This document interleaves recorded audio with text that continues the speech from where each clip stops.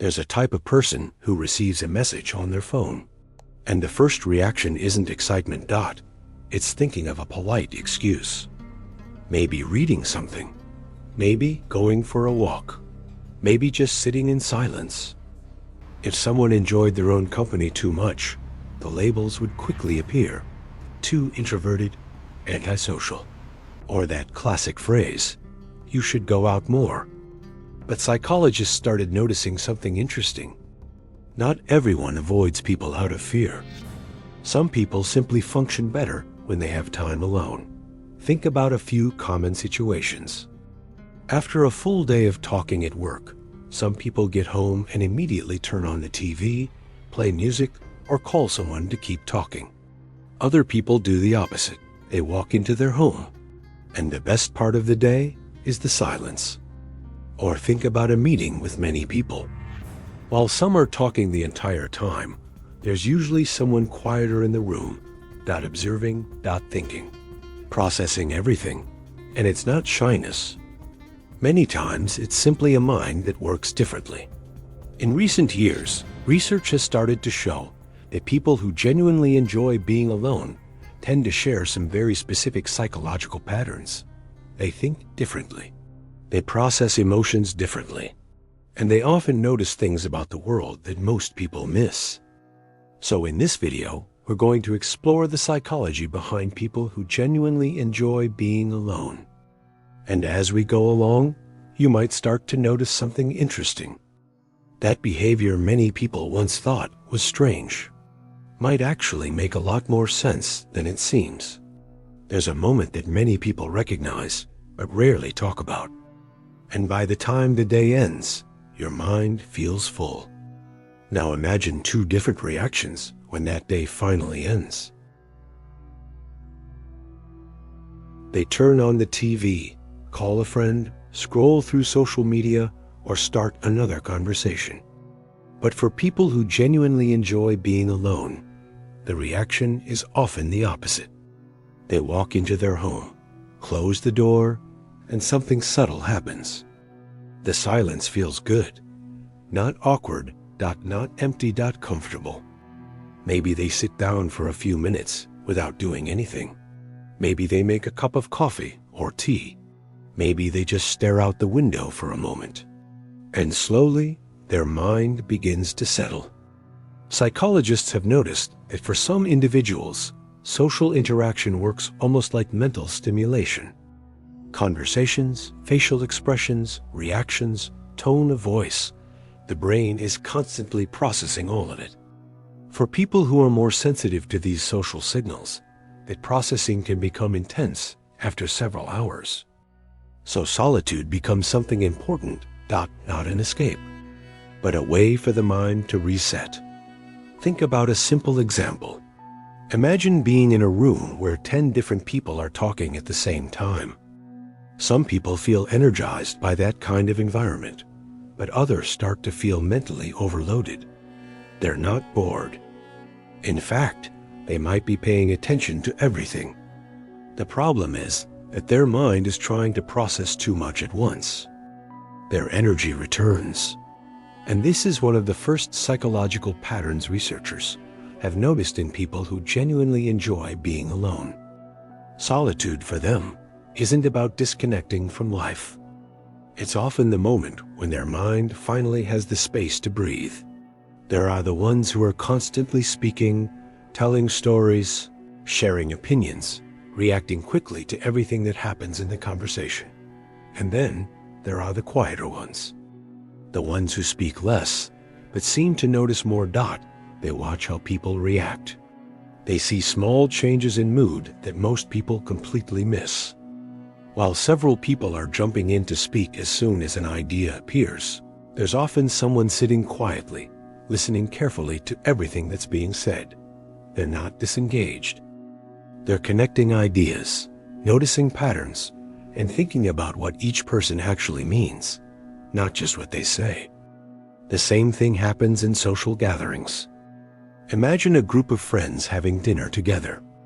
Some people dominate the conversation, but someone else at the table might be quieter, occasionally smiling, occasionally asking a thoughtful question. Later, if you talk to that person privately, you might notice something surprising. They remember details from the entire evening. Who seemed uncomfortable, who changed their opinion halfway through the discussion, who was trying to impress someone else. Their mind was quietly observing the whole time. Psychologists believe this tendency comes from the way some people naturally direct their attention. Instead of constantly expressing their thoughts outward, they spend more time taking information in. They reflect before speaking. They analyze situations more carefully.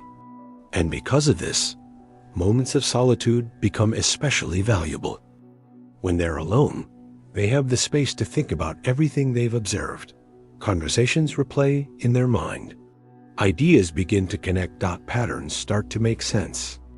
So while others may see quietness as a lack of participation, something very different may actually be happening. The person who enjoys being alone might not be disengaged from the world. They might simply be watching it more closely than everyone else. Conversation ends. Have you ever had a conversation that seemed to end, but your mind didn't? For many people, once a conversation is over, it's over. They move on to the next activity, the next message, the next task of the day. But for people who genuinely enjoy spending time alone, something different often happens. The conversation may end in the room. Something someone said, a question they wish they had answered differently. And hours later, while walking, sitting quietly, or even getting ready for bed, their mind starts connecting pieces. The conversation is normal, nothing dramatic. But later, when you're alone, you suddenly remember the tone they used when they mentioned a certain topic. At the time, it seemed like a small detail. But later, reflecting on it, you realize it might have meant something more. Maybe they were frustrated. Maybe they were nervous. Maybe they were trying to say something indirectly. People who enjoy solitude often have this habit of mental replay, not because they are overthinking in a negative way, but because their mind naturally processes experiences more slowly and deeply. Psychologists sometimes describe this as reflective processing. And this is where solitude becomes valuable. But when a person spends time alone, something interesting happens. This is often why people who enjoy solitude come back to conversations the next day with new insights. They suddenly understand what someone meant. They realize why a certain moment felt strange. But in reality, their mind is doing something very powerful. And for people like this, moments of solitude are not empty. They are the space where understanding finally begins to form. One of the biggest misunderstandings about people who enjoy being alone is the idea that they must feel lonely. But being alone and feeling lonely are not the same thing. Loneliness is the feeling that something is missing. It's the sense that you want connection, but don't have it. Solitude, on the other hand, can feel completely different. For many people who enjoy being alone, those quiet moments are not empty at all. In fact, they can be some of the most comfortable moments of the day. Think about a simple situation. Imagine someone spending a quiet Sunday afternoon at home. They might be reading a book, listening to music, cooking something slowly, or simply sitting with their thoughts. From the outside, another person might look at that situation and think, that must feel lonely. But for the person experiencing it, the feeling might be the exact opposite. They may feel calm, focused, even recharged. Psychologists have found that the key difference often comes down to choice. When someone is alone because they feel rejected or excluded, the experience often leads to loneliness. But when someone chooses to spend time alone, the experience can feel peaceful and restorative. In other words, the same situation can feel completely different depending on how the person experiences it internally. You can see this in everyday life. Some people struggle if they have to spend an evening by themselves. They immediately look for distraction, calling someone, turning on the TV, scrolling endlessly through their phone. But others are perfectly comfortable with that same evening. They may take a walk alone, reflect on their day, or simply enjoy the quiet without feeling the need to fill it. This doesn't mean they don't value relationships. In fact, many people who enjoy solitude still care deeply about the people in their lives. The difference is that they don't rely on constant interaction to feel complete. They are able to spend time with others and also spend time with themselves. And that balance is something psychologists have begun to recognize as a sign of emotional independence. Because when someone can truly enjoy their own company, being alone stops feeling like something to avoid. Instead, it becomes a space where the mind can rest, reflect, and reconnect with itself. Have you ever noticed how difficult it is to think clearly when there's too much happening around you? Phones buzzing, people talking, notifications appearing every few minutes, someone asking a question while you're already trying to solve something else. For many people, this constant stimulation doesn't seem like a problem. They move quickly from one conversation to another, from one task to the next.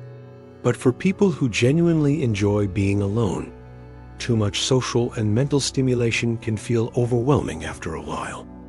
Not emotionally overwhelming, mentally overwhelming. Think about what the brain is doing during a normal social interaction. It's not just listening to words. It's reading facial expressions, interpreting tone of voice, noticing body language, thinking about how to respond, adjusting responses depending on the reaction of the other person. All of this happens automatically, often within seconds. Now imagine doing that for hours. Meetings at work, conversations with colleagues, messages from friends, family discussions. For some people, the brain processes all of this very quickly and moves on. But for others, the mind keeps absorbing more and more information until it reaches a point where it simply needs space. That's when solitude becomes important. Not because they want to disconnect from people, but because quiet environments allow their thoughts to reorganize. Think about a simple everyday moment. You're trying to solve a problem or make an important decision. If 5 people are talking around you, music is playing, and notifications keep appearing on your phone, your thoughts become scattered. But the moment you step away from the noise, something changes. Your mind slows down. Ideas start connecting. You suddenly see solutions that weren't obvious before. This is one reason why many people who enjoy solitude often prefer activities that allow them to think without interruption. Walking alone, driving without music for a while, sitting quietly after a long day. These moments may look simple from the outside, but internally, something important is happening. The mind is organizing experiences, sorting through thoughts, and creating clarity. And for people who think deeply about the world around them, that mental space isn't a luxury. It's something their mind genuinely needs in order to function at its best. There is another pattern psychologists have noticed in people who genuinely enjoy being alone. Over time, solitude often becomes more than just a way to rest. It becomes a space for understanding themselves. In everyday life, most people move quickly from one moment to the next. Work, messages, responsibilities, conversations. Everything happens at a constant flow. And when life moves that fast, there is very little time to stop and ask simple questions. How did that situation actually make me feel? Why did that conversation stay in my mind? Why do certain environments drain me while others give me energy? For people who spend time alone more comfortably, these questions tend to appear naturally. Not in a dramatic way, but in quiet moments. Think about something very simple. You're walking home after a long day. No music, no phone in your hand. Just a few minutes alone with your thoughts. At first, your mind might replay events from the day. A conversation at work, something someone said, a moment that felt slightly uncomfortable. But then something interesting begins to happen. The mind starts connecting things. You might realize that a certain situation bothered you more than you thought. Or you might understand why a decision you made earlier in the week suddenly feels right. These insights rarely appear when life is loud and fast. They tend to appear in still moments. This is why many people who enjoy solitude gradually develop a stronger awareness of their own thoughts and emotions. They begin to recognize patterns in themselves. They learn what environments help them think clearly. They understand which relationships feel supportive and which ones leave them feeling drained. And none of this requires complicated routines. Sometimes it happens during very ordinary moments, driving alone after work, walking through a quiet street, sitting somewhere peaceful for a few minutes. From the outside, it may look like someone is simply spending time alone. But internally, something important is happening. Their mind is slowly learning more about itself. And over time, this quiet process can lead to something powerful. A clearer sense of who they are, what they value, and how they want to move through the world. By now, something may have become clear. Enjoying time alone is not necessarily about rejecting people, and it's not about being distant from the world. In many cases, it's simply a different way of engaging with life. People who are comfortable being alone often develop a quiet but important skill. They learn how to be at ease with their own thoughts. This may sound simple, but in a world filled with constant noise, distractions, and endless interaction, it's actually becoming rare. Think about how often people try to avoid silence. The moment things become quiet, many people reach for their phone. They turn on music. They start scrolling through messages. Not because they need information, but because being alone with their thoughts can feel uncomfortable. But people who genuinely enjoy solitude often experience the opposite. Silence doesn't feel threatening. It feels normal. In those quiet moments, they become familiar with their own thinking patterns. They learn what brings them peace and what creates tension. They notice which ideas matter to them and which ones don't. Over time, this creates something valuable: inner stability. Because when someone is comfortable with their own company, their emotional balance doesn't depend entirely on what is happening around them. They can enjoy social moments with others, but they also know how to return to themselves when they need clarity. You can see this in simple situations. Someone who enjoys solitude might take a walk alone after a stressful day instead of immediately venting to someone.